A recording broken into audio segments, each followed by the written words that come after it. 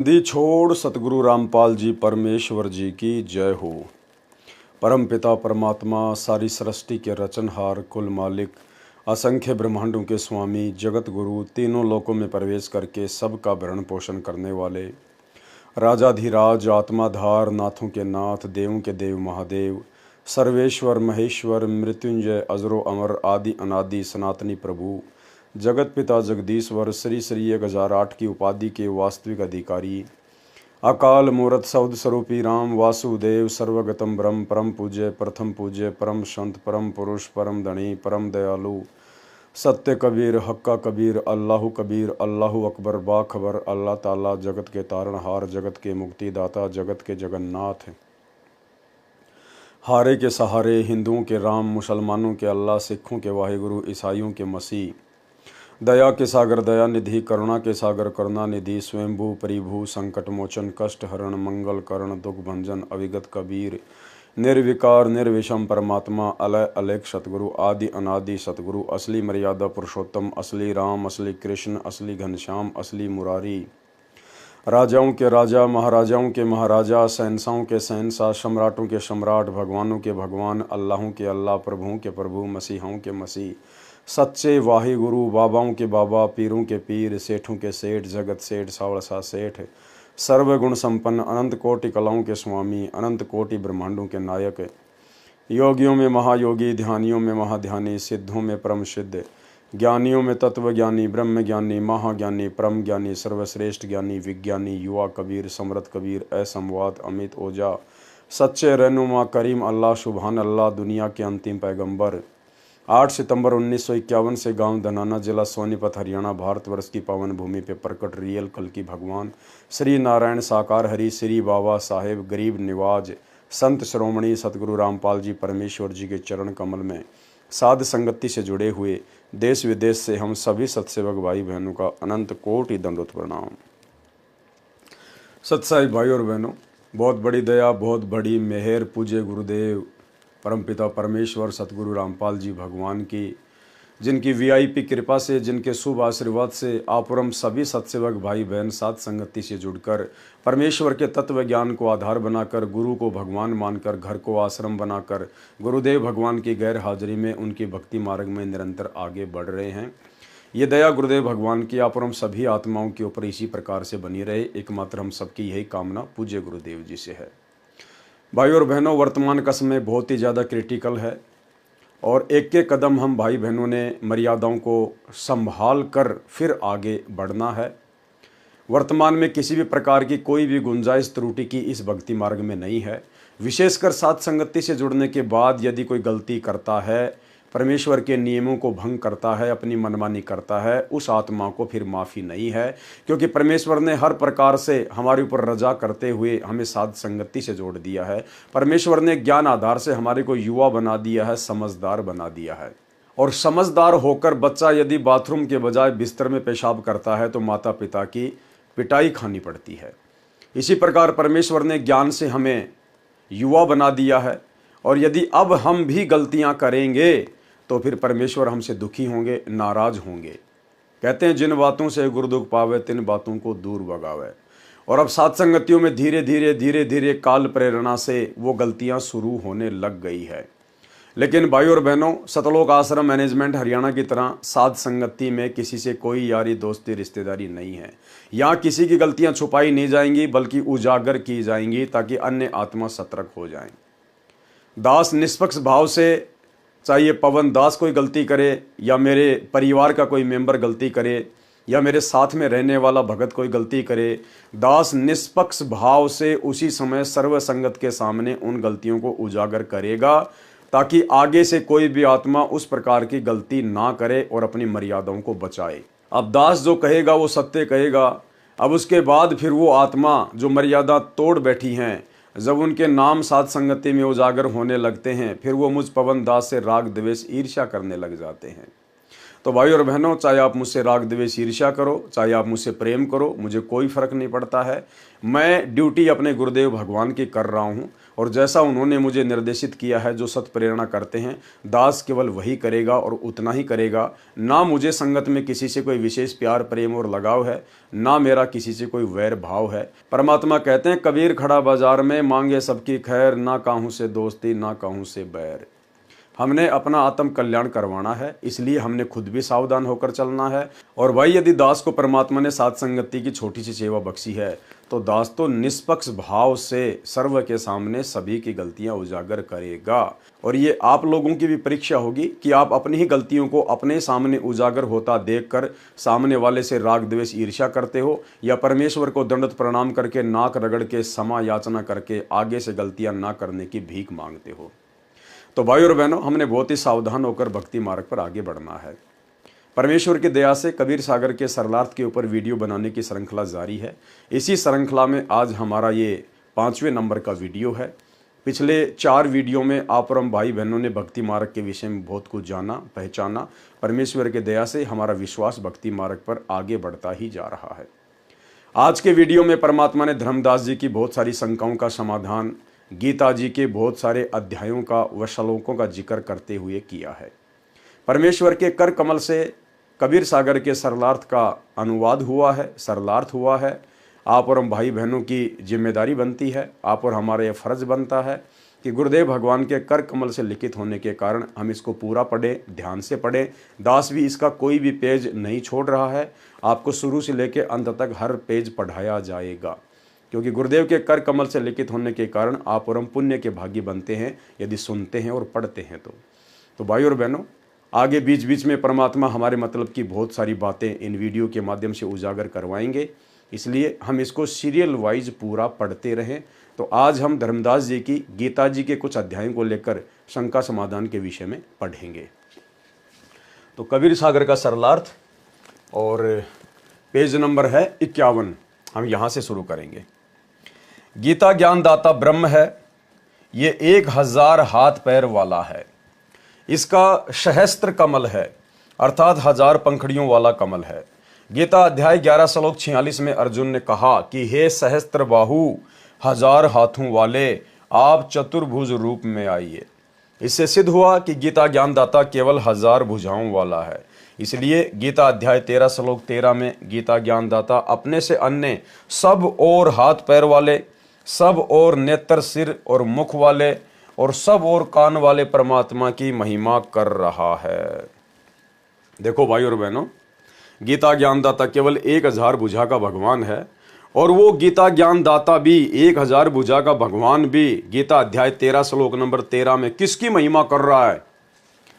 गीता ज्ञानदाता अपने से अन्य सब और हाथ पैर वाले, सब और नेत्र और सिर मुख वाले, सब और कान वाले परमात्मा की महिमा कर रहा है। यानी कबीर परमेश्वर की, सतगुरु रामपाल जी भगवान की, जिनकी अनंत भुजाएं हैं, जिनकी अनंत आंखें हैं, जिनके अनंत कान हैं, अनंत मुंह हैं।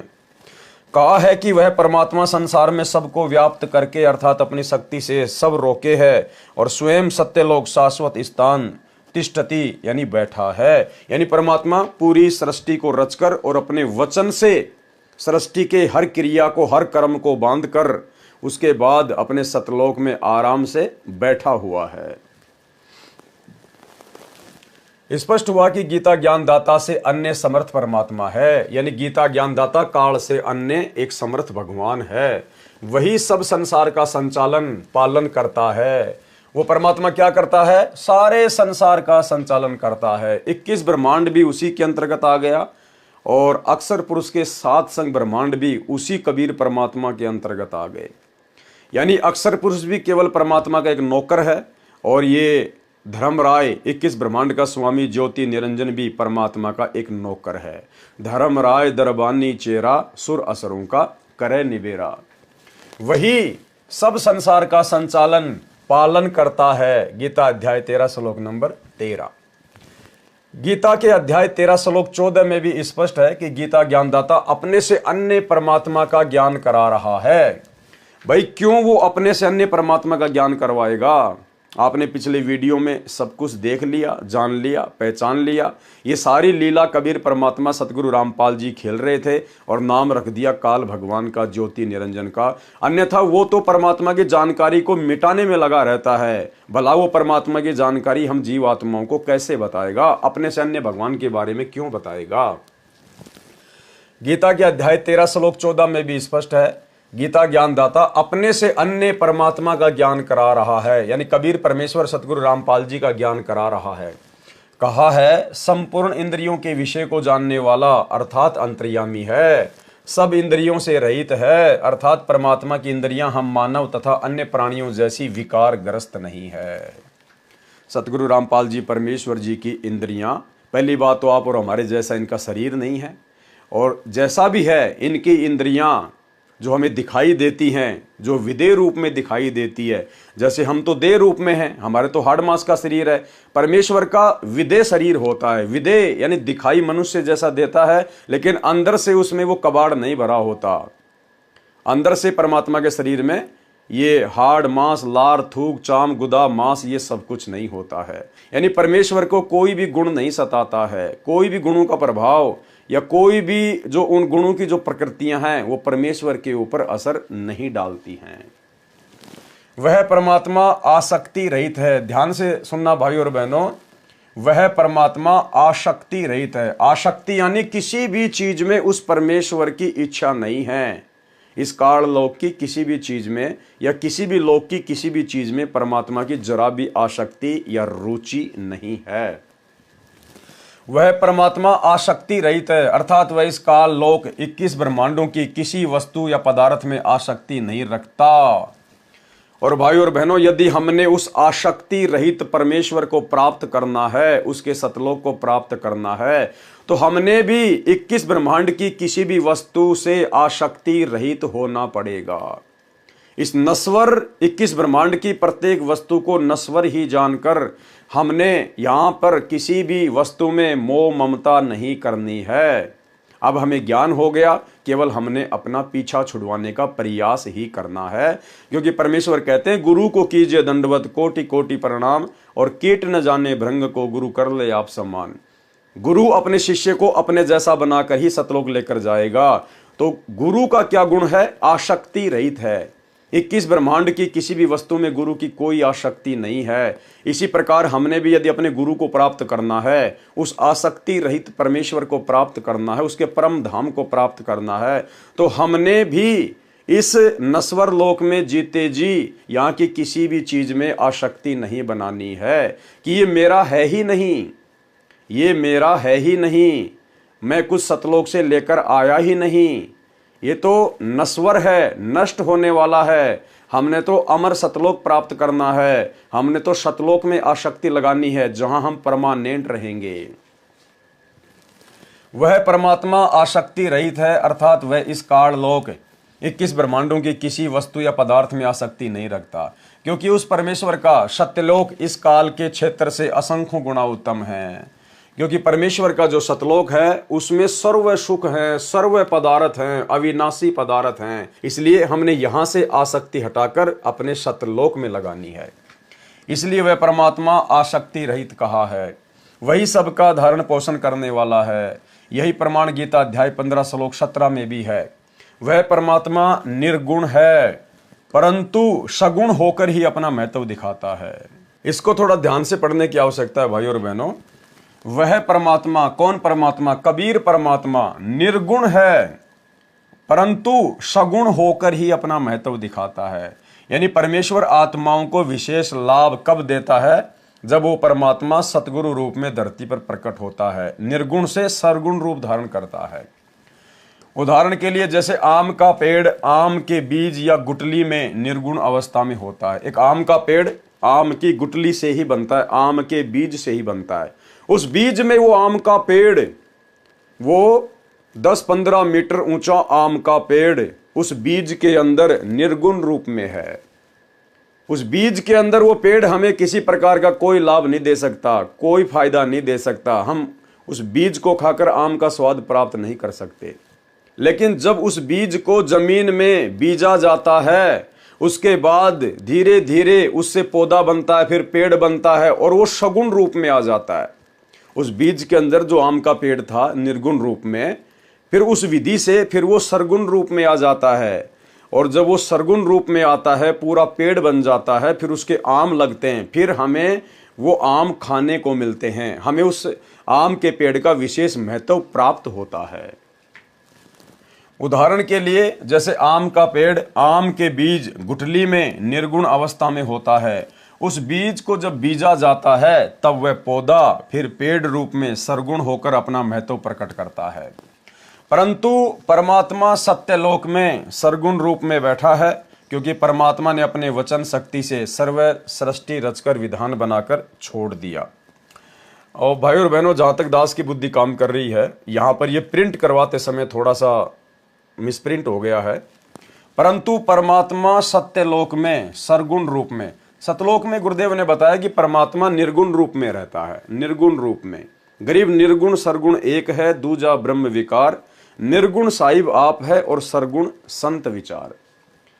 तो जहां तक दास की बुद्धि काम कर रही है, यहां पर निर्गुण होना चाहिए, परंतु वह परमात्मा सत्यलोक में निर्गुण रूप में बैठा है, क्योंकि परमात्मा ने अपने वचन शक्ति से सर्व सृष्टि रचकर विधान बनाकर छोड़ दिया। उस परमात्मा के विधान अनुसार सर्व प्राणी तथा नक्षत्र बनते बिगड़ते रहते हैं, जीव कर्मानुसार जन्मते मरते रहते हैं। परमात्मा को कोई टेंशन नहीं है। परंतु जब परमात्मा पृथ्वी पर प्रकट होता है, उस समय सर्व गुणों को भोगता है। जैसे आम के वृक्ष को तो निर्गुण से सरगुण होने में बहुत समय लगता है, परंतु परमात्मा के लिए समय सीमा नहीं है। वे तो क्षण में निर्गुण, अगले क्षण में सरगुण हो जाते हैं। यानी 1 सेकंड में परमात्मा सतलोक से धरती पर सतगुरु रूप में प्रकट हो जाता है, सतलोक में निर्गुण रूप में रहता है, और यहां 1 क्षण में प्रकट होकर सरगुण रूप धारण कर लेता है। उस परमेश्वर की कोई समय सीमा नहीं है। आम के बीज का उदाहरण तो केवल आप और हमें समझाने के लिए दिया गया है, लेकिन परमेश्वर को निर्गुण से सरगुण होने में आम के पेड़ की तरह इतना समय नहीं लगता है। परमात्मा कहते हैं, गोता मारूं सुर्ग में जा बैठूं पाताल, गरीबदास ढूंढता फिरूं अपने हीरे मोती लाल। इससे भी सिद्ध हुआ कि गीता ज्ञान दाता से अन्य कोई सबका धारण पोषण करने वाला परमात्मा है। गीता अध्याय 13 श्लोक 15-16 में भी यही प्रमाण है। गीता ज्ञानदाता ने कहा कि जैसे सूर्य दूर स्थान पर स्थित होते हुए भी यहां पृथ्वी पर अपना प्रभाव बनाए है, उसी प्रकार परमात्मा सत्यलोक में स्थित होकर भी सर्व ब्रह्मांडों पर अपनी शक्ति का प्रभाव बनाए हुए है। सर्व चर अचर भूतों के बाहर भीतर है, चर अचर भूतों के बाहर भीतर है, यानी जीवों के बाहर भीतर है। इसी प्रकार सूक्ष्म होने से हम उसको चरम दृष्टि से देख नहीं पाते, इसलिए अविज्ञ अर्थात हमारे ज्ञान से परे है, तथा वही परमात्मा हमारे समीप में तथा दूर भी वही स्थित है। परमात्मा तो दूर सत्यलोक शाश्वत स्थान में है, उसकी शक्ति का प्रभाव प्रत्येक के साथ है। गीता अध्याय 13 श्लोक 15 का ये निष्कर्ष है। जैसे सूर्य दूर स्थित है, परंतु पृथ्वी के ऊपर प्रत्येक प्राणी को अपने साथ दिखाई देता है। जैसे एक स्थान पर कई घड़े जल के भरे रखे हैं, तो सूर्य प्रत्येक में दिखाई देता है, टुकड़ों में नहीं दिखाई देता। इसी प्रकार परमात्मा उस व्यक्ति को दिखाई देता है। परमात्मा ऐसे ही एक स्थान पर स्थित है, वह परमात्मा जानने योग्य है। भावार्थ है कि गीता ज्ञानदाता ने कहा है कि मेरे से अन्य परमात्मा का ज्ञान होना चाहिए मोक्ष प्राप्ति के लिए, वह जानने योग्य है। वही परमात्मा अपने विधान अनुसार सर्व का धारण पोषण उत्पत्ति तथा मृत्यु करता है। देखो भाई और बहनों, हमने जो 4 नंबर वीडियो में पढ़ा देखा परमेश्वर के ज्ञान आधार से, कि अर्जुन को काल रूप में परमपिता परमेश्वर कबीर जी ने ही, सतगुरु रामपाल जी भगवान ने ही वो रूप दिखाया था। तो दास ने सवाल किया था कि हो सकता है किसी को शंका हो जाए कि भाई काल ने तो वो रूप इसलिए दिखाया था कि भाई ताकि अर्जुन युद्ध के लिए तैयार हो जाए, बहुत सारे लोग मारे जाएं, तो परमात्मा भला किसी को मारता थोड़ी है। तो भाई और बहनों, आपकी उस शंका का यहां पर समाधान हो गया है। क्या कह रहे हैं परमात्मा? वही परमात्मा, कौन परमात्मा? जो सत्यलोक में रहता है निर्गुण रूप में, वही परमात्मा अपने विधान अनुसार सर्व का धारण पोषण उत्पत्ति तथा मृत्यु करता है। यानी ये काल केवल नौकर है, नौकरी करता है। बाकी कर्म अनुसार जन्म और मृत्यु सब कुछ परमात्मा ही निर्धारित करता है। वास्तव में ब्रह्मा सबका उत्पत्ति करता वही है। यानी जो लोग काल के पुत्र ब्रह्मा को मानते हैं कि ब्रह्मा जी प्रजापति है, ब्रह्मा जी सृष्टि की उत्पत्ति करता है, तो क्या कह रहे हैं गुरुदेव भगवान कि वास्तव में असल में ब्रह्मा सबका उत्पत्ति करता वही है। वास्तव में विष्णु सबका धारण पोषण करने वाला वही है। कौन? कबीर परमात्मा। और वास्तव में शंकर अर्थात सबका संहार करने वाला, सबको मारने वाला भी वही परमात्मा है। यानी भाइयों और बहनों, सारे खेल ये परमात्मा के ही किए हुए हैं और सारे खेल परमात्मा ही करता है। इसीलिए परमात्मा कहते हैं कि सारे खेल हमने किए और जो हमसे मिले वो निश्चय जिए। परमात्मा कहते हैं यहाँ सारे कार्य ब्रह्मा विष्णु महेश के रूप में, काल के रूप में, दुर्गा के रूप में, अक्षर पुरुष के रूप में, सारे कार्य परमात्मा ही करता है और नाम उनका बना रहता है। सारे काम हमने किए और हमसे मिले वो निश्चय जिए। हमसे मिले यानी जो उस कबीर परमात्मा की शरण में आ जाता है, जब वो भगवान सतगुरु रूप में धरती पर प्रकट होता है, उस समय जो उसकी शरण में आ जाता है, जो उससे मिल लेता है, उसके ज्ञान को समझ लेता है, भक्ति करता है, फिर वो निश्चय जिए, फिर वो सतलोक चला जाता है, फिर वो कभी नहीं मरता, हमेशा जीवित रहता है, अमर हो जाता है। वही परमात्मा अपने विधान अनुसार सभी का धारण पोषण, उत्पत्ति तथा मृत्यु करता है। वास्तव में ब्रह्मा सबका उत्पत्ति करता वही है। वास्तव में विष्णु सबका धारण पोषण करने वाला वही है। वास्तव में शंकर सबका संहार करने वाला वही है। अन्य ब्रह्मा विष्णु तथा शंकर तो केवल एक ब्रह्मांड के कर्ता धर्ता है, परंतु वह परमात्मा तो सर्व ब्रह्मांडों का ब्रह्मा विष्णु तथा शंकर रूप में अकेला ही है। जैसे भारतवर्ष में केंद्र का भी गृह मंत्री होता है तथा राज्यों में भी गृह मंत्री होते हैं। इससे सिद्ध हुआ कि गीता ज्ञानदाता ने अपने से अन्य समर्थ परमात्मा की महिमा बताई है। गीता ज्ञानदाता से अन्य कोई पूर्ण परमात्मा है? गीता अध्याय 13 श्लोक 16, गीता अध्याय 13 श्लोक 17 में गीता ज्ञानदाता ने अपने से अन्य परमात्मा की महिमा कही है, जो इस प्रकार है। वह दूसरा परमात्मा परम ब्रह्म सब ज्योतियों का भी ज्योति है, अर्थात सर्व प्रकाश स्रोत है। उसी अन्य समर्थ परमात्मा की शक्ति से सब प्रकाशमान है। काल क्या कह रहा है कि मेरे से अन्य कोई और परमात्मा है जो समर्थ है, जो सभी प्रकाशों का स्रोत है, और उसी अन्य समर्थ परमात्मा की शक्ति से सब कुछ चलायमान है, सब कुछ संचालित हो रहा है। और उस परमात्मा का प्रकाश सर्व से अधिक है, यानी सबसे ज्यादा नूर है उस परमात्मा का। उसकी शक्ति का कोई वार पार नहीं है। वह परमात्मा माया से अति परे कहा जाता है। वास्तव में निरंजन वही है। निरंजन यानी माया रहित परमात्मा तो वास्तव में कबीर भगवान सतगुरु रामपाल जी हैं।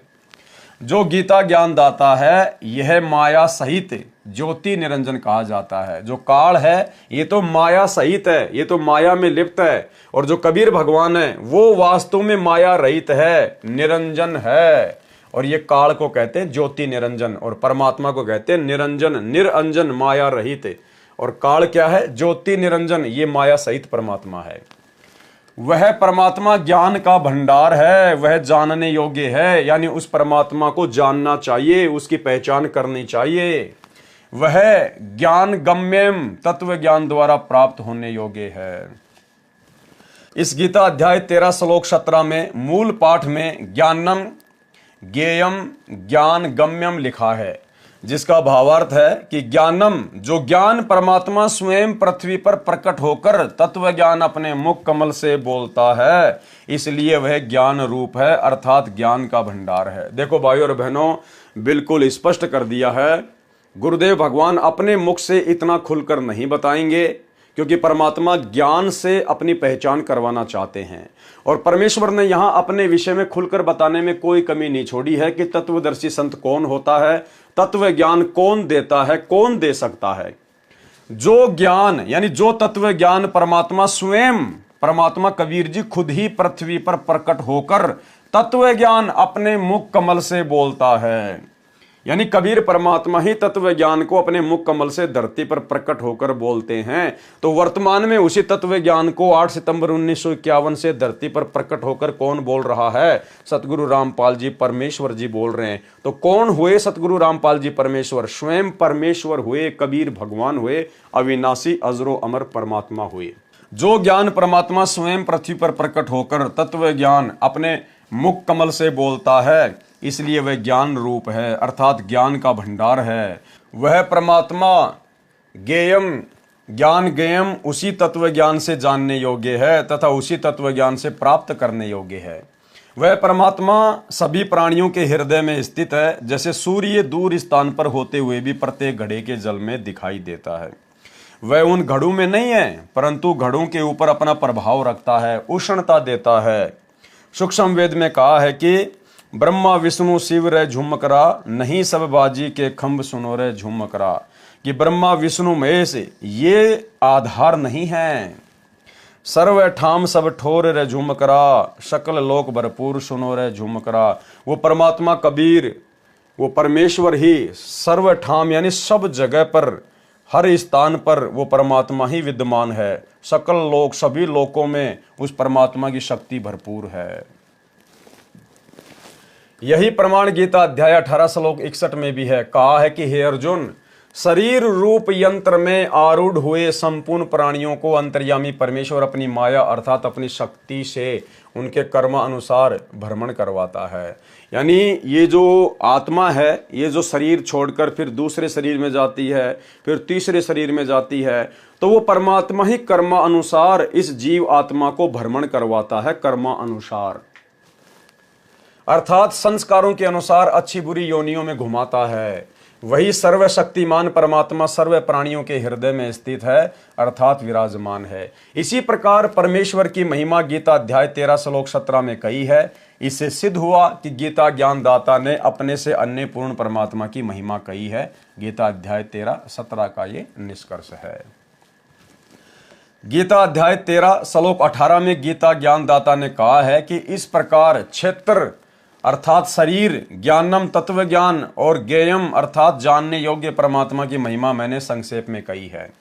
मेरा भगत पहले मुझे ही सर्वेस्वा जानकर मुझ पर आश्रित था, वह इस तत्व ज्ञान के आधार से मेरे भाव अर्थात मेरी शक्ति से परिचित होकर तथा उस समर्थ की शक्ति से परिचित होकर उपपदते उसके उपरांत भक्ति करके उसी भाव को प्राप्त होता है। गीता अध्याय 13 श्लोक 18। इसी प्रकार गीता अध्याय 13 श्लोक 19 में गीता ज्ञानदाता ने अपने से अन्य पुरुष अर्थात परमात्मा की महिमा कही है। कहा है कि प्रकृति और पुरुष दोनों ही अनादि हैं, प्रकृति और पुरुष दोनों ही अनादि है। यहां पर प्रकृति से तात्पर्य सतलोक की प्रकृति से है, जिसको पराशक्ति परानंदनी महान प्रकृति कहा जाता है। लेकिन जो सतलोक की प्रकृति है वो स्त्री रूप में नहीं है, वो परमेश्वर की शक्ति है। परमेश्वर की शक्ति का नाम है पराशक्ति परानंदनी। उसी शक्ति से परमेश्वर ने सतलोक में सर्व रचना की थी और सर्व ब्रह्मांडों को परमेश्वर ने रचा। और यहां की जो प्रकृति है 21 ब्रह्मांड की, ये है दुर्गा, ये स्त्री रूप है। कहा है कि प्रकृति और पुरुष दोनों अनादि हैं। पुरुष हो गया कबीर भगवान जो कि सतलोक में है, पुरुष यानी परमात्मा, और प्रकृति यानी उनकी शक्ति परानंदनी पराशक्ति जिससे परमात्मा सर्व ब्रह्मांडों को रचता है। दोनों ही अनादि हैं। यहां पर प्रकृति पुरुष का अर्थ पूर्ण परमात्मा है, ये दोनों अनादि हैं।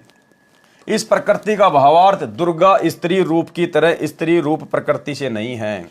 जैसे सूर्य है तो उसकी प्रकृति उष्णता भी साथ ही है, यानी सूरज और सूरज की जो गर्मी है, जो उष्णता है यानी उसकी शक्ति। इसी प्रकार सत्य पुरुष तथा उसकी प्रकृति अर्थात शक्ति दोनों अनादि हैं। इस प्रकार विकार तथा तीनों गुण जिससे उत्पन्न हुए वह अन्य प्रकृति है। ये जो विकार और तीनों गुण जिससे उत्पन्न हुए हैं, कहते हैं वो तो दूसरी प्रकृति है, उसका नाम है दुर्गा, उससे उत्पन्न हुए हैं, ऐसा जान। गीता अध्याय 7 श्लोक 4 व 5 में 2 प्रकृति कही हैं, एक जड़ और दूसरी चेतन दुर्गा देवी। यहां पर दूसरी प्रकृति दुर्गा कही है। गीता अध्याय 13 श्लोक 19 का यह सारांश है। गीता अध्याय 13 श्लोक 20 में भी अन्य पुरुष यानी परमात्मा का वर्णन है। गीता प्रेस गोरखपुर से प्रकाशित गीता के इस श्लोक के अनुवाद में पुरुष का अर्थ परमात्मा होता है। गीता अध्याय 13 श्लोक 20 का भावार्थ अनुवाद देखें गहरी नजर गीता में, जो हमारी वेबसाइट पर देखी व डाउनलोड की जा सकती है। वेबसाइट का नाम है www.jagatgururampalji.org। गीता अध्याय 13 श्लोक 21 में भी अन्य पुरुष यानी परमात्मा का वर्णन है।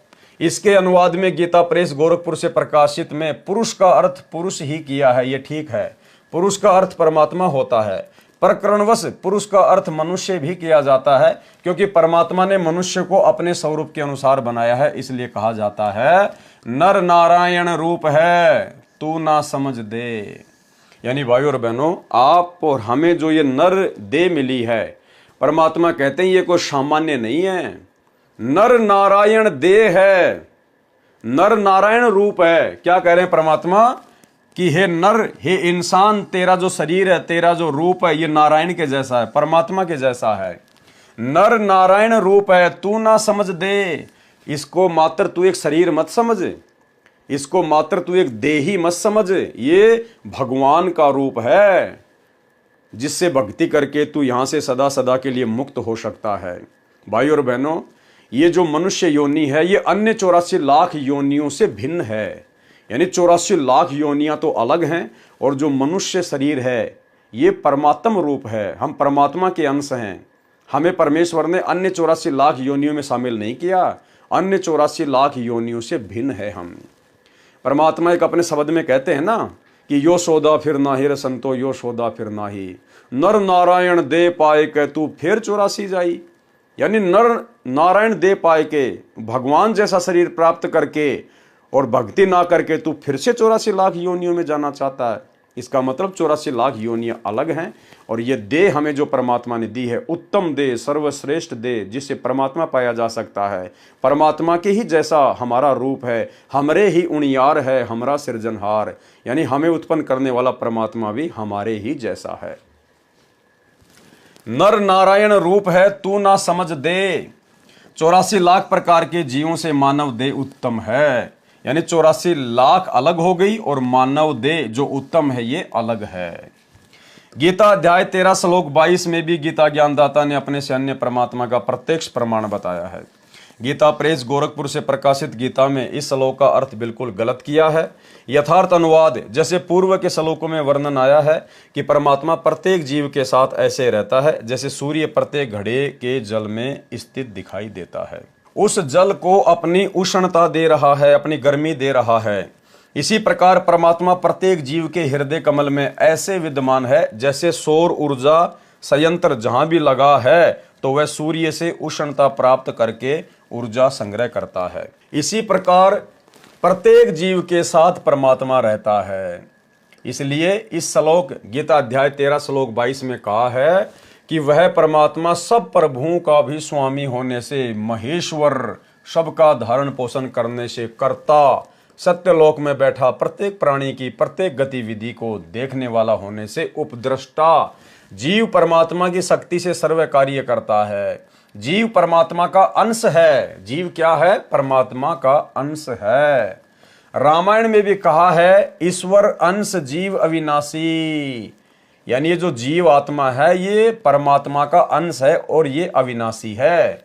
मरता तो केवल शरीर है, जिस कारण से जीव को कुछ भी अपने किए कर्म का सुख दुख भोगता है तो अपने अंश के सुख दुख का परमात्मा को भी एहसास होता है। देखो कितनी गहरी बात है भाई और बहनों। जब वो कबीर परमात्मा सतलोक को त्याग कर सरगुण रूप धारण करके धरती पर तत्वदर्शी संत की भूमिका में प्रकट होता है, और उस समय यदि यहां पर किसी भी जीव को कोई भी कष्ट होता है, कोई परेशानी होती है, तो सरगुण रूप में प्रकट उस सतगुरु को भी सुख और दुख का एहसास होता है। इसलिए हमारे गुरुदेव भगवान हमें लड़ाई झगड़ा ना करने के लिए जो है आदेशित करते हैं। हमें परमात्मा चींटी तक को बेवजह सताने के लिए मना करते हैं। क्यों? क्योंकि चाहे कोई उनकी शरण में है या नहीं है, चाहे कोई मनुष्य देह में है या अन्य योनियों के देह में है, जब परमात्मा सतगुरु रूप में धरती पर प्रकट होता है सरगुण रूप में और हम सभी उसके अंश हैं, चाहे गधा, कुत्ता, सुअर, कीट, पतंग, मक्खी, मच्छर, इंसान, हम सब उस परमेश्वर के अंश हैं। और जब यहां पर किसी भी जीव को कोई परेशानी होती है, कोई दुख होता है, कोई तकलीफ होती है, तो सरगुण रूप में धरती पर प्रकट उस सतगुरु को भी दुख और सुख का एहसास होता है।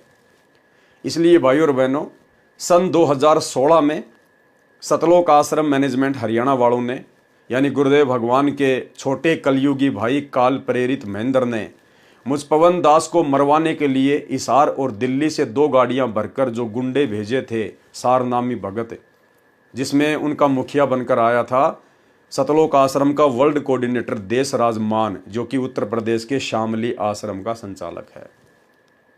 ये 10-12 लोग मुझ पवन दास को जानवर की तरह बेसबॉल से, हॉकी से, रोड़ों से मार कर गए थे, पीट कर गए थे।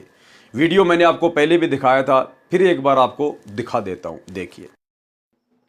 छोड़ सतगुरु रामपाल जी महाराज जी की जय हो। परमात्मा की सही क्या हुआ था, ये करीब 2-3 दिन से यहाँ बैठे हैं ये लोग। दास के पास में जो प्रवेश भगत है एक दिल्ली वाला, क्लिप ले रहे हैं, मैं कर रहा हूं। उसका दास के पास में फोन आया था 2 दिन पहले कि हम आपसे जयपुर में मिलना चाहते हैं, हम आपसे मीटिंग करना चाहते हैं, और आप ये जो बरवाला कांड की जो सच्चाई की जो पुस्तक आपने छापी है, जो कलयुगी भाई की साजिश बरवाला कांड, इसको आप भक्तों में बांटना बंद कर दो और आप जाके एक बार आप गुरुजी से मिल लो, हम आपको गुरुजी के पास में लेके चलेंगे। दास ने उनको मना कर दिया कि मेरे परमात्मा ने मुझे सारे सबूत मुझे दे रखे हैं, मुझे केवल उन सबूतों के आधार से मुझे केवल सच्चाई पे चलना है। तो उसके बाद में दास ने उनसे जमुल के मिलने की परमिशन नहीं दी। फिर इन्होंने क्या किया कि जोधपुर से डॉक्टर रामेश्वर भगत जी हैं, जो कि मतलब डॉक्टर हैं, नशा मुक्ति केंद्र वहाँ पे वो चलाते हैं। इन्होंने उन भगत जियों को जो मतलब मोहरा बनाया कि हम डॉक्टर भगत जी को बीच में डाल के हम पवन से हम जयपुर में हम मिलें। तो फिर जो प्रवेश था दिल्ली वाला, उसने डॉक्टर रामेश्वर जांगड़ जी जो जोधपुर से हैं उनको फोन किया, उनको जयपुर बुलाया।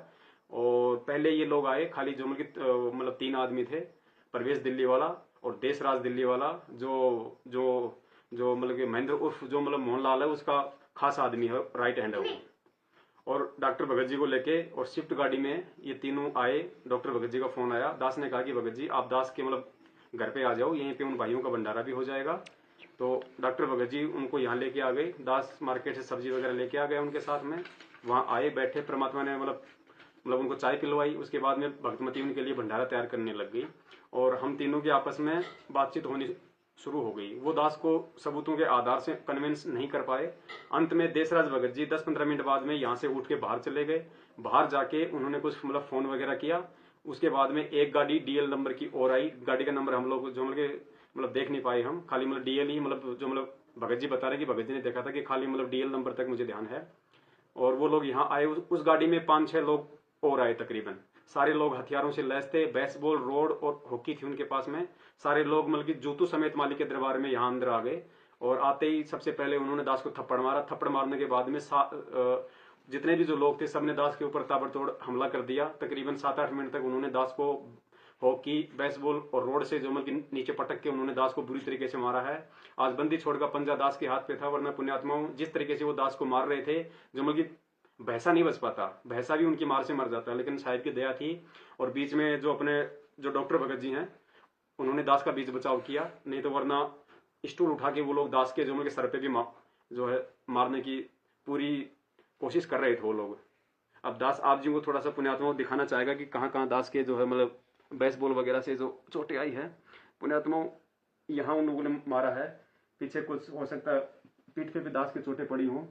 दूसरा इस तरफ यहाँ पे उन्होंने पूरा दास को बेसबॉल वगैरह से मारा है। नीचे भी लो। और उसके बाद में यहाँ देखिए पुण्यात्माओं, ये पैर दास का यहाँ से सूज रहा है, ये थोड़ा सा ऊपर ले बेटा, हाँ ऐसे यहाँ से इन्होंने किया है अच्छी तरीके से बेसबॉल से। उसके बाद में यहाँ पे इन लोगों ने मारा है, जहाँ जहाँ उनको मन में आया उस तरीके से पुण्यात्माओं उन लोगों ने दास के साथ में जानवर जैसा व्यवहार किया है।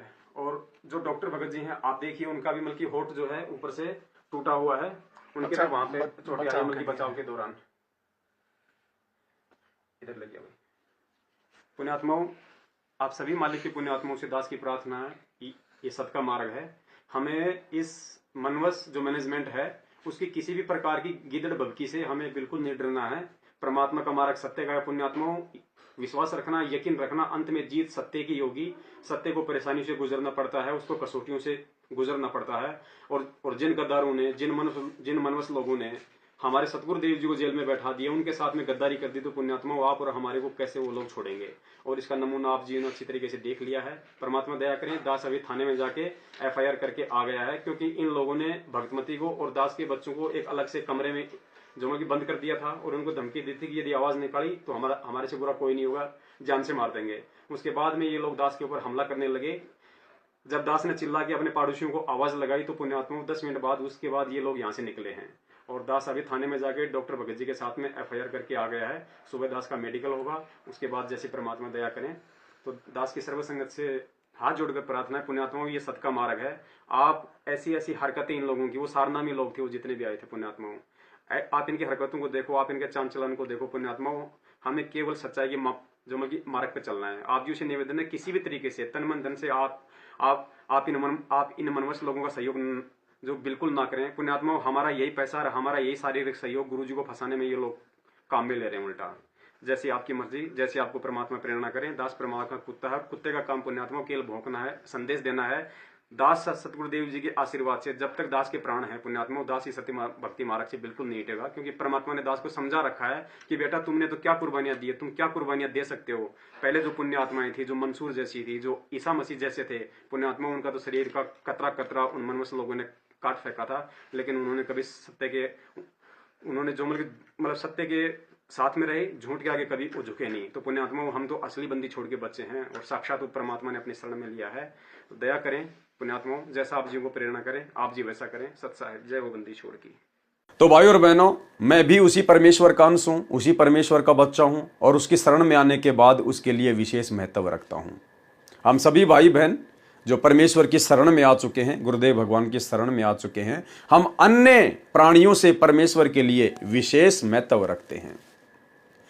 और उनकी शरण में आने के बाद यदि फिर उनके भगत को कोई मारता है या पीटता है, जानवरों जैसा सलूक करता है, तो भाई और बहनों, परमेश्वर के इस लेख के अनुसार उन्होंने उस जीवात्मा को नहीं पीटा, उस भगत को नहीं पीटा, उन्होंने अपने सतगुरुदेव भगवान की पिटाई की है। क्योंकि जब सतगुरु का भगत पिटता है, दुख उठाता है, तो सतगुरु को भी सुख और दुख महसूस होता है। तो वो सोचे कि हम तो पवनदास की पिटाई करके आ गए, लेकिन उन्होंने तो अपने बाप की पिटाई कर डाली, अपने गुरुदेव भगवान को सताया है, अपने गुरुदेव को दुखी किया है। और जो अपने गुरु को दुखी करता है, जो अपने गुरु भाई बहनों को दुखी करता है, उनकी पिटाई करता है, परमात्मा के संतों को जो सताता है, उसके विषय में परमेश्वर ने फिर क्या बताया। तो अपने अंश के सुख दुख का परमात्मा को भी एहसास होता है। सुख संवेद में लिखा है, कबीर कहे मेरे जीव को दुख ना दीजियो कोई। देखो यहां पर भगत नहीं लिखा गया, यहां पर जीव शब्द लिखा गया है। जीव, चाहे भगत को पीटो या चाहे किसी जगत वाले को पीटो, सतगुरु को दुख बराबर होता है। कहते कबीर मेरे जीव को दुख ना दीजियो कोई, और भगत दुखाए मैं दुखी मेरा आपा भी दुखी होए। परमात्मा कहते हैं अगर मेरे भगत को कोई दुखी करेगा तो परमात्मा कहते हैं मैं भी बराबर दुखी होता हूं, मुझे भी उस दुख का बराबर एहसास होता है। तो सोचिए भाई और बहनों, ऐसी निकम्मी आत्माओं के साथ में आने वाले समय में क्या बनेगी, जो वर्तमान में इन आश्रमों के संचालन बनकर घूम रहे हैं, जो वर्ल्ड कोऑर्डिनेटर बनकर घूम रहे हैं, जिन लोगों ने मुझ पवन दास के साथ में दुर्व्यवहार किया, परमेश्वर को दुखी किया। कबीर कहे मेरे जीव को दुख ना दीजियो कोई, भगत दुखाए मैं दुखी मेरा आपा भी दुखी होए। और आपको एक छोटा सा सत्संग गुरुदेव भगवान का सुनाते हैं। सतयुग में राजा अमरीश को जब दुर्वासा जी ने दुखी किया तो फिर दुर्वासा ऋषि के साथ में क्या बनी, और अंत में दुर्वासा ऋषि को राजा अमरीश के पैर पकड़ने पड़े, माफी मांगनी पड़ी। उसके बाद गुरुदेव भगवान ने बताया कि इसी प्रकार मान लीजिए आप दो भगत हैं, दोनों ने उपदेश ले रखा है, एक भगत कुछ नहीं कहता और दूसरा उसको नाजायज परेशान करता है, तो जिस भगत को नाजायज मारा जा रहा है, पीटा जा रहा है, परेशान किया जा रहा है, उस भगत की तो परमात्मा रक्षा करेगा, और जो भगत को दुखी करता है उसका परमात्मा आने वाले समय में बक्कल उतारेगा। बक्कल साध वचन पलटे नहीं, चाहे पलट जाए ब्रह्मांड। सुनिए गुरुदेव भगवान का सत्संग। इसमें एक बहुत बड़ा नियम है प्रभु का कि सबसे ज्यादा हमें अधीन रहना होगा। आप दो भक्त हैं, दोनों ने उपदेश ले रखा है और तुम आपस में झगड़ा करते हो और एक भक्त कुछ नहीं कहता, दूसरा उसको नाजायज परेशान करने की चेष्टा करता है, तो परमात्मा उस जो भक्त की रक्षा करेगा। और वो भी बेशक भक्त है जो बेमतलब बकवाद करके दूसरे को तंग कर रहा है भक्त को, तो उसको हानि पहुंचाएगा, जबकि दोनों भक्त ही है। तो भाई और बहनों, आने वाले समय में इन बड़े बड़े परम भक्तों के साथ में जिन्होंने बड़ी बड़ी गलतियां कर दी हैं, साथ संगतियां रुकवा कर, साथ संगत वाले भाई बहनों को मार कर, पीट कर, गाली गलौज करके, उल्टे कुकर्म करके, भक्तों की मर्यादा तोड़वा के, आने वाले समय में इन परम भक्तों के साथ में क्या बनेगी आपकी आंखों के सामने होगा। इसलिए भोक्ता कहलाता है। प्रत्येक प्राणी को गुप्त रूप से उचित राय देता है, जिस कारण से परमात्मा अनुमंता कहलाता है। अब देखो भाई और बहनों, बहुत सारे लोग कहते हैं कि पवन दास को कब आदेश दिया गुरुजी ने कि साथ संगतियां शुरू कर, ये वीडियो बना, पुस्तकों के ऊपर वीडियो बना, तेरे को कब आदेश दिया गुरुजी ने? भाई यहां दे रखा है, गुरुजी ने आदेश सबको दे रखा है। प्रत्येक प्राणी को गुप्त रूप से उचित राय देता है, यानी परमात्मा प्रेरणा करके अपना काम करवाता है, जिस कारण से परमात्मा अनुमंता कहलाता है। परमात्मा शब्द का संधि विच्छेद क्या है? परम पलस आत्मा, यानी श्रेष्ठ आत्मा। परमात्मा यदि कोई दुख का भोग भी देता है, सुख का भोग भी देता है, जैसे कर्म करेगा जीव वैसे अवश्य भोगेगा, तो वह परमात्मा नहीं हो सकता। यानी यहां पर परमात्मा काल के विषय में संकेत कर रहे हैं कि जो जैसे कर्म करेगा यदि उसको वैसा ही देगा तो फिर वो भगवान कैसे हुआ?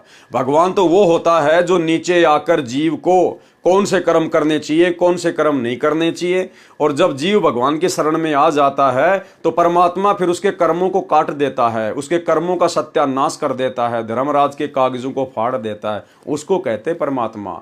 और जो जैसा किए जाएगा वैसा ही भोगे जाएगा, तो फिर वो परमात्मा नहीं है, वो तो फिर काल है, शैतान है कि सत का राज धर्म राय कर ही और अपना किया सबे दंड बरही।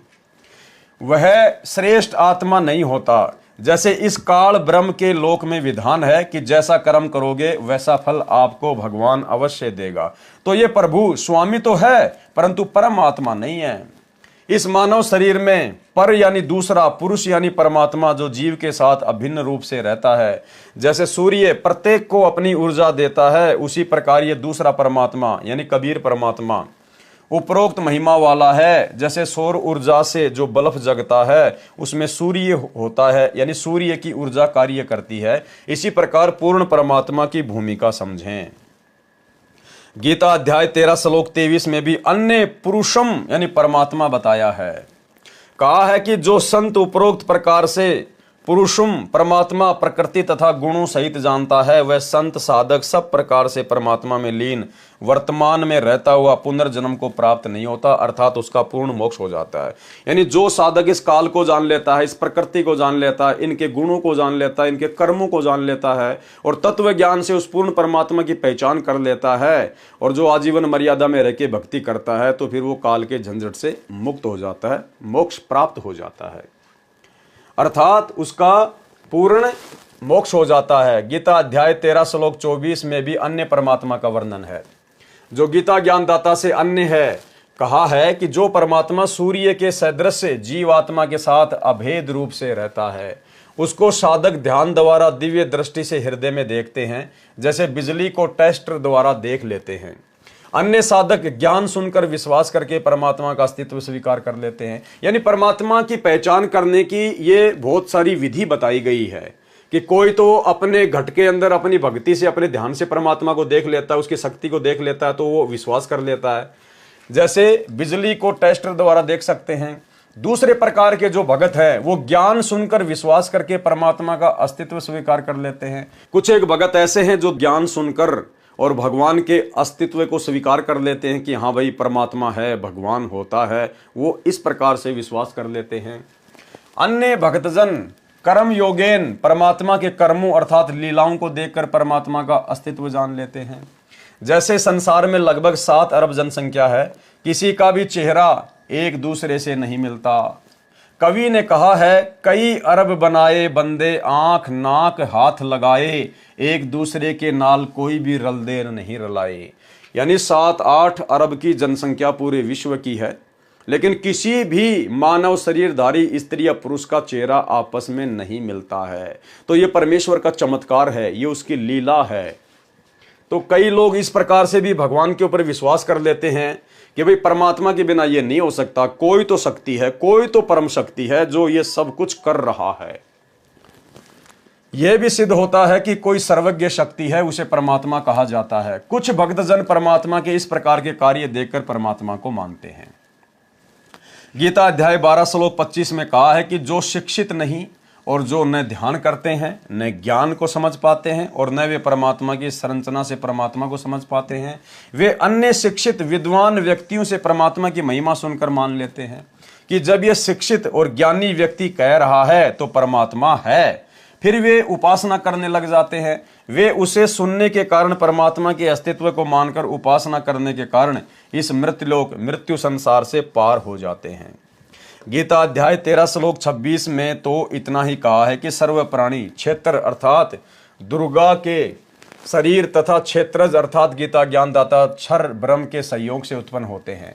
ध्यान रहे, गीता ज्ञानदाता ने गीता के इसी अध्याय 13 के श्लोक 1 में कहा है कि क्षेत्र तो शरीर को कहते हैं तथा जो शरीर के विषय में जानता है उसे क्षेत्रज कहते हैं। गीता अध्याय 13 श्लोक 2 में कहा है कि इस काल लोक 21 ब्रह्मांड के क्षेत्र में जितने प्राणी उत्पन्न होते हैं वे दुर्गा जी तथा काल भगवान के संयोग से होते हैं, अर्थात नर मादा से काल प्रेरणा से काल सृष्टि उत्पन्न होती है। गीता अध्याय 13 श्लोक 27 में अन्य परमेश्वर स्पष्ट है जो गीता ज्ञानदाता से अलग है, भिन्न है। जैसे पूर्व के श्लोकों में प्रमाण सहित बताया गया है कि परमेश्वर प्रत्येक प्राणी के शरीर में हृदय में ऐसे बैठा दिखाई देता है जैसे सूर्य जल से भरे घड़ों में दिखाई देता है। इसी प्रकार इस श्लोक 27 में कहा है कि परमेश्वर हृदय में बैठा है। जब प्राणी का शरीर नष्ट हो जाता है तो भी परमेश्वर नष्ट नहीं होता। जैसे कोई घड़ा फूट गया, उसका जल पृथ्वी पर बिखर गया और पृथ्वी में समा गया, तो भी सूर्य तो यथावत है। इसलिए परमेश्वर अविनाशी है। जो संत परमात्मा को इस दृष्टिकोण से देखता है वह सही जानता है, वह तत्वज्ञानी संत है। इस श्लोक गीता अध्याय 13 श्लोक 27 में परमेश्वर शब्द लिखा है जिससे भी गीता ज्ञानदाता से अन्य परमात्मा का बोध होता है। आओ जाने परमेश्वर का संधि विच्छेद क्या है। परम प्लस ईश्वर यानी परमेश्वर, सर्वश्रेष्ठ भगवान। व्याख्या, ईश का अर्थ है स्वामी, प्रभु, मालिक। वर का अर्थ है श्रेष्ठ, पति। ईश तो गीता ज्ञानदाता है। क्षर पुरुष अर्थात क्षर ब्रह्म जो केवल 21 ब्रह्मांडों का ईश अर्थात भगवान है। ईश्वर कौन है? ईश्वर है क्षर पुरुष से श्रेष्ठ प्रभु, वह केवल 7 संग ब्रह्मांडों का प्रभु है। इसे अक्षर पुरुष तथा पर ब्रह्म भी कहा जाता है। और तीसरे नंबर पर है परम ईश्वर, परमेश्वर। ईश्वर अर्थात अक्षर पुरुष से परम अर्थात श्रेष्ठ है, जो असंख्य ब्रह्मांडों का प्रभु है, उसे परम अक्षर ब्रह्म भी कहा जाता है। गीता अध्याय 8 श्लोक 3 में प्रमाण है। गीता अध्याय 15 श्लोक 16-17 में 3 पुरुषों का वर्णन है।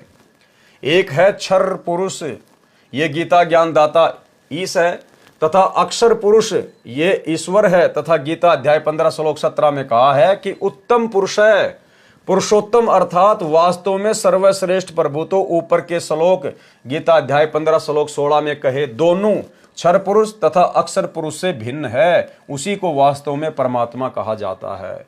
वही तीनों लोकों में क्षर पुरुष के 21 ब्रह्मांडों का क्षेत्र काललोक कहा जाता है तथा अक्षर पुरुष के 7 संग ब्रह्मांडों के क्षेत्र को परब्रह्म का लोक कहा जाता है। और ऊपर 4 लोकों सत्यलोक, अलखलोक, अगमलोक तथा अकय लोक का क्षेत्र अमरलोक परमेश्वर का लोक कहा जाता है।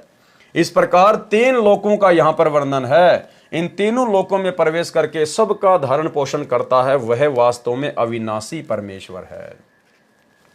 गीता अध्याय 13 श्लोक 27 में परमेश्वर शब्द है जो गीता ज्ञानदाता से भिन्न सर्वशक्तिमान है, सर्व का पालन करता का बोधक है। गीता अध्याय 13 श्लोक 28 में भी गीता ज्ञानदाता से अन्य भगवान का प्रमाण है। इस श्लोक में ईश्वर शब्द परमेश्वर का बोधक है। जैसे ईश का अर्थ स्वामी, वर का अर्थ श्रेष्ठ। वास्तव में सबका ईश स्वामी तो परम अक्षर ब्रह्म है, वही श्रेष्ठ ईश है। इसलिए ईश्वर शब्द प्रकरणवश पूर्ण परमात्मा का बोधक है। यदि अन्य ईश नकली स्वामी नहीं होते तो ईश्वर तथा परमेश्वर शब्दों की आवश्यकता ही नहीं होती। इसलिए इस श्लोक में ईश्वर शब्द सत्य पुरुष का बोध जाने। गीता अध्याय 13 श्लोक 28 का भावार्थ है कि गीता ज्ञानदाता ने कहा है कि जो साधक सब प्रकार से परमेश्वर को समभाव में देखता हुआ आत्मानम अपनी आत्मा को आत्मना अपनी अज्ञान आत्मा द्वारा नष्ट नहीं करता, अर्थात वह परमात्मा को सही समझकर उसकी साधना करके उससे दूसरी गति अर्थात मोक्ष को प्राप्त होता है, अर्थात वह भगत गीता ज्ञानदाता वाली परम गति जो गीता अध्याय 8 श्लोक 13 में कही है से अन्य गति को प्राप्त होता है।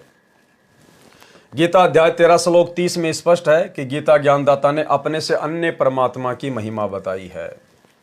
कहा है कि जो संत सर्व प्राणियों की स्थिति भिन्न भिन्न होते हुए भी एक परमात्मा सर्वशक्तिमान के अंतर्गत मानता है तो वह समझो सच्चिदानंद घन ब्रह्म अर्थात परम अक्षर ब्रह्म को प्राप्त हो गया। कैसे? जो सभी में परमात्मा को देखता है, गधे में भी, कुत्ते में भी, सूअर में भी, मक्खी में भी, चींटी में भी, सर्व प्राणियों में जो परमात्मा को देखता है कि वो परमेश्वर जिस प्रकार से सूर्य एक स्थान पर होते हुए भी उसकी जो सत्ता है, उसकी जो गर्मी है, जो उष्णता है, वो सभी को प्राप्त होती है। इसी प्रकार परमात्मा शक्ति रूप में सभी प्राणियों के अंदर है, कर्मानुसार सबको भोग देता है। यानी जो सभी में परमात्मा का वास देखता है, जो सभी को परमात्मा का अंश समझता है, परमात्मा से ही उत्पन्न हुआ मानता है, कहते हैं वो पक्का भगत है, वो संत है, वो अपना मोक्ष करवा सकता है पक्का। कहा है कि जो संत यानी भगत सर्व प्राणियों की स्थिति भिन्न भिन्न होते हुए भी, यानी कोई गधा है, कोई कुत्ता है, कोई सूअर है, कोई इंसान है, सभी प्राणियों की स्थिति भिन्न भिन्न होते हुए भी एक परमात्मा सर्वशक्तिमान के अंतर्गत मानता है कि सभी की उत्पत्ति भगवान से हुई है और सभी में परमात्मा का वास है, तो वह समझो सच्चिदानंद घन ब्रह्म यानी उस पूर्ण परमात्मा कबीर देव सतगुरु रामपाल जी भगवान अर्थात परम अक्षर ब्रह्म को प्राप्त हो गया। वह सत्य भक्ति करके उस परमेश्वर को प्राप्त हो जाता है। यानी सतलोक आश्रम मैनेजमेंट हरियाणा ने जो मुजदास के ऊपर जानलेवा हमला किया, जिसका वीडियो आप जी देख चुके हैं, तो अभी तक इन लोगों ने सभी के अंदर परमात्मा का वास नहीं देखा है। इन लोगों को अभी वो ज्ञान नहीं है, तत्व ज्ञान नहीं है, ये पूर्णतया मोक्ष के अधिकारी अभी तक नहीं हैं। गीता अध्याय 13 श्लोक 31 में भी गीता ज्ञानदाता ने अपने से अन्य परमात्मा के विषय में कहा है। इस श्लोक में परमात्मा शब्द है जिसकी स्पष्ट परिभाषा गीता अध्याय 15 श्लोक 17 में बताई है। कहा है कि जो उत्तम पुरुष अर्थात सर्वश्रेष्ठ प्रभु है वह तीनों लोकों में प्रवेश करके सबका धरण पोषण करता है। वह वास्तव में अविनाशी परमेश्वर है, उसी को परमात्मा कहा जाता है। वह क्षर पुरुष तथा अक्षर पुरुष से अन्य है। इस श्लोक गीता अध्याय 13 श्लोक 31 में भी यही स्पष्ट किया है कि वह परमात्मा अनादि होने से, निर्गुण होने से प्रत्येक प्राणी के शरीर में सूर्य जैसे घड़े में स्थित होने पर भी न तो कुछ करता है, क्योंकि सब कार्य परमात्मा की शक्ति करती है। जैसे घड़े के जल में सूर्य दिखाई देता है, उससे जल गर्म हो रहा है, वह सूर्य करता नहीं दिखाई देता, उसकी उष्णता कर रही है।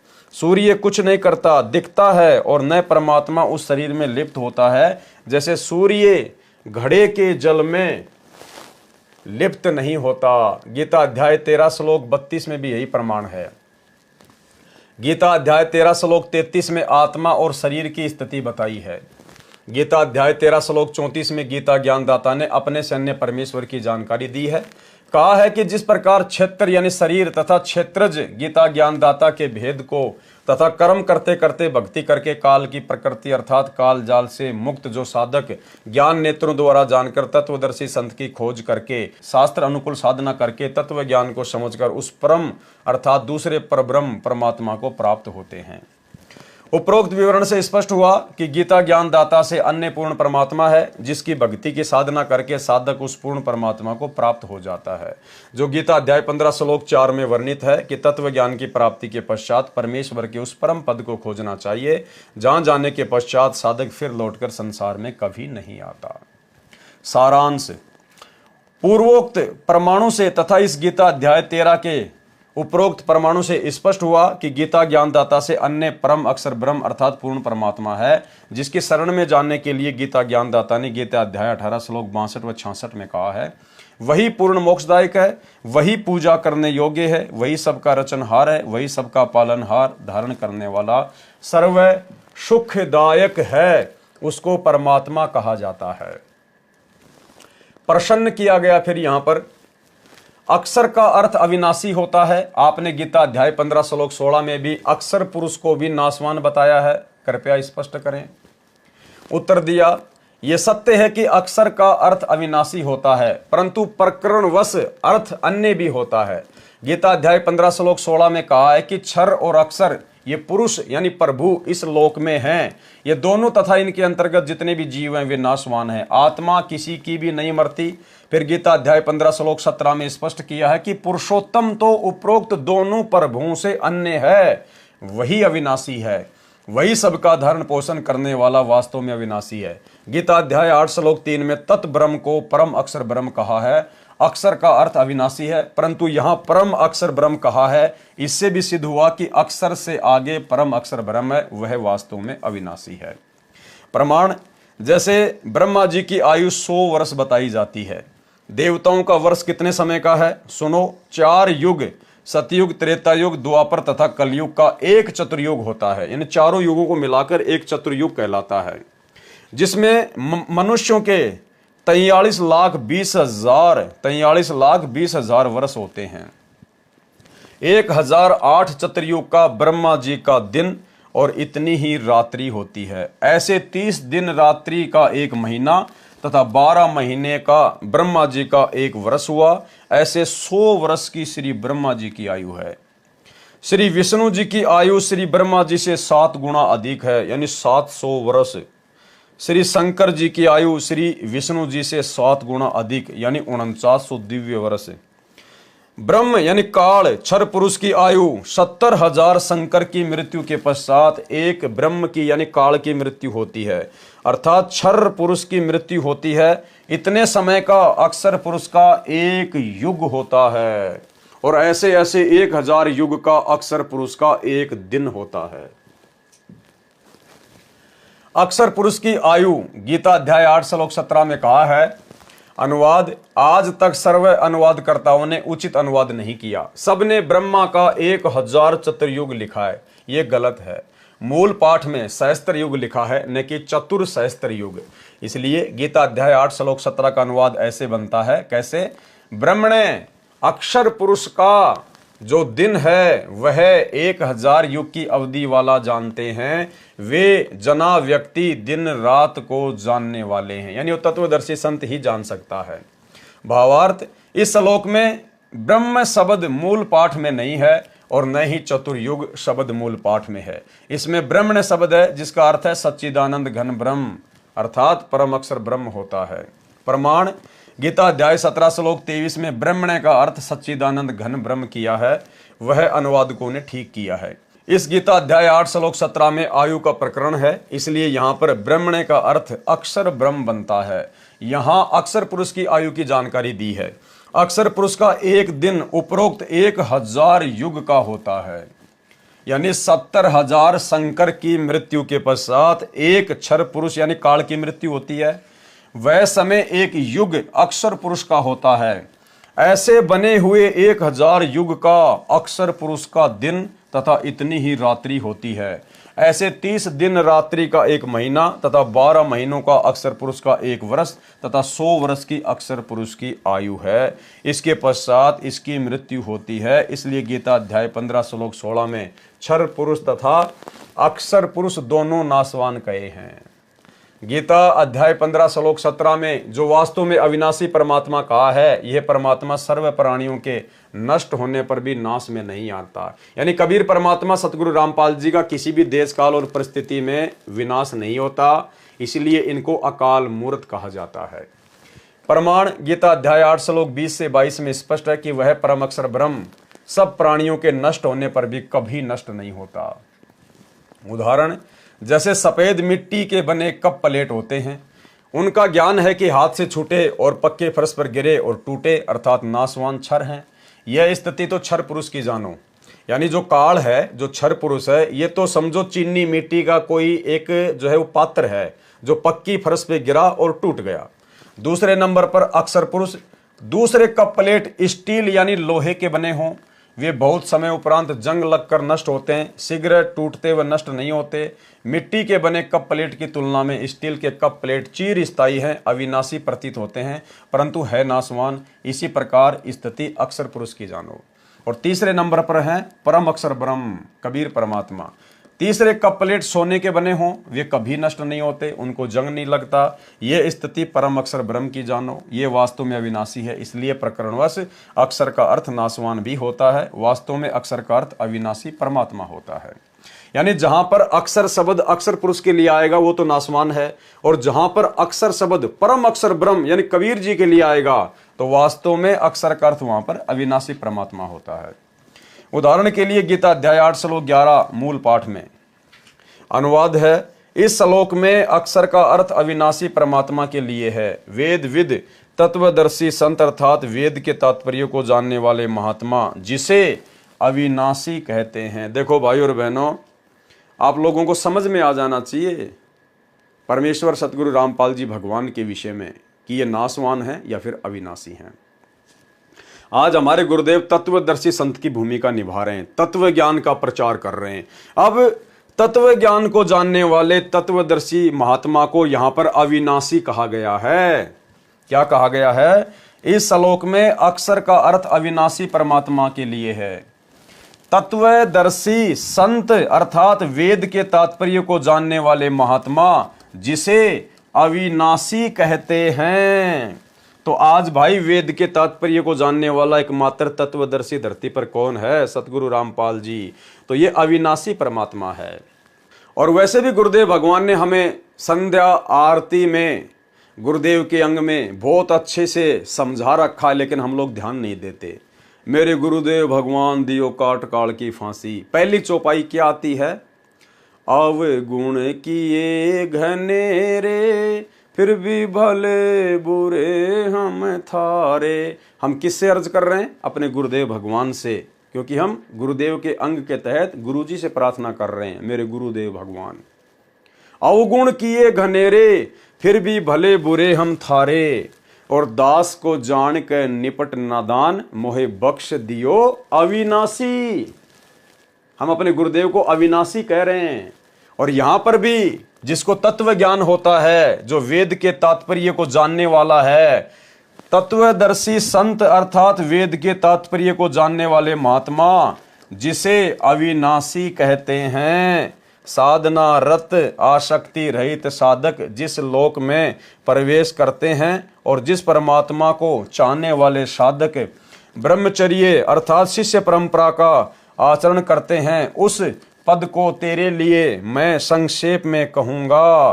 तो यहाँ पर सतगुरु रामपाल जी भगवान अविनाशी सिद्ध होते हैं। अविनाशी, क्योंकि अविनाशी परमात्मा ही तत्वदर्शी संत की भूमिका निभाकर तत्व ज्ञान को प्रकट करता है। अन्य कोई सतलोक का भेद नहीं बता सकता।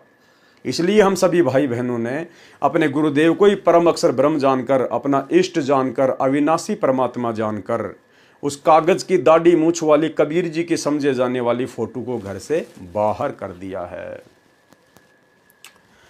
इस श्लोक में अक्षर का अर्थ अविनाशी परमात्मा ठीक है।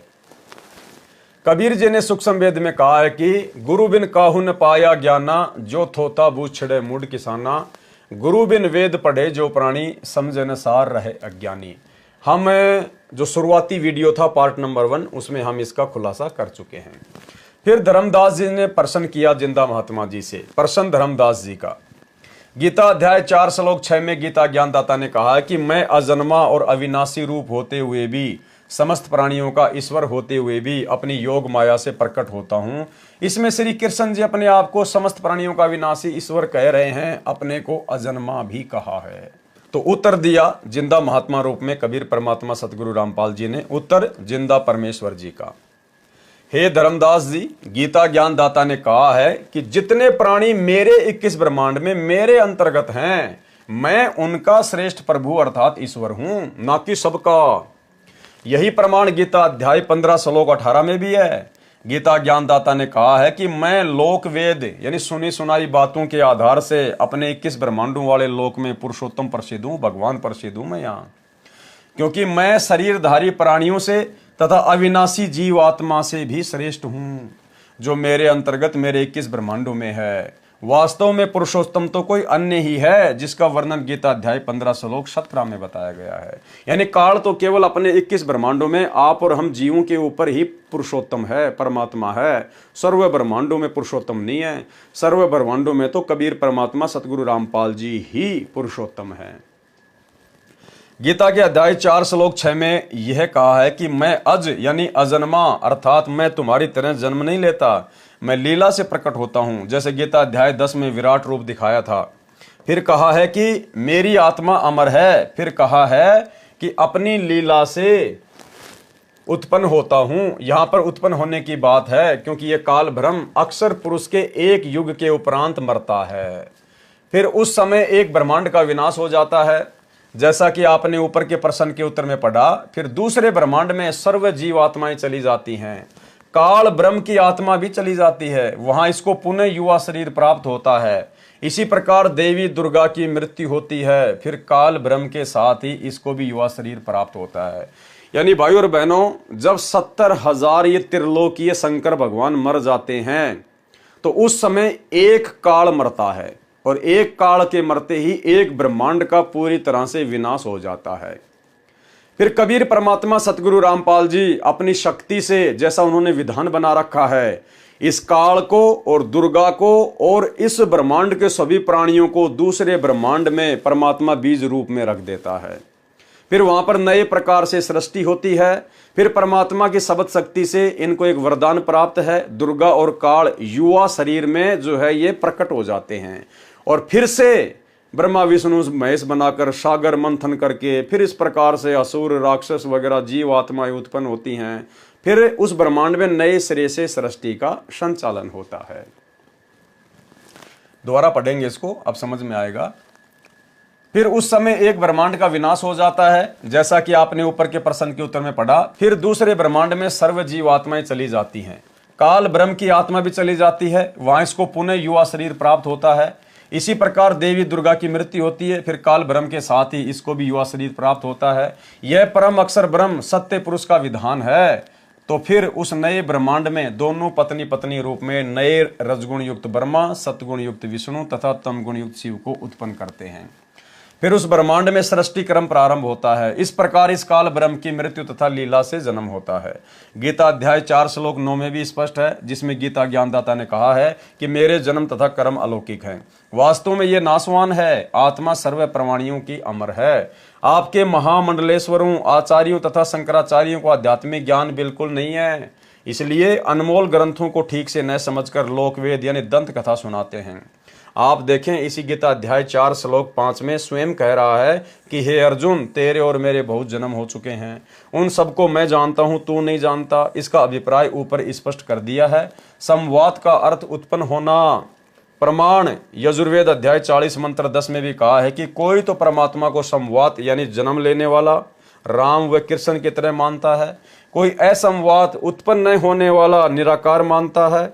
अर्थात तत्वदर्शी संत जो सत्य ज्ञान बताते हैं उनसे सुनो, वे बताएंगे कि परमात्मा उत्पन्न होता है या नहीं। अब भाइयों और बहनों, परमात्मा की उत्पत्ति के बारे में परमात्मा के अलावा कौन बता सकता है?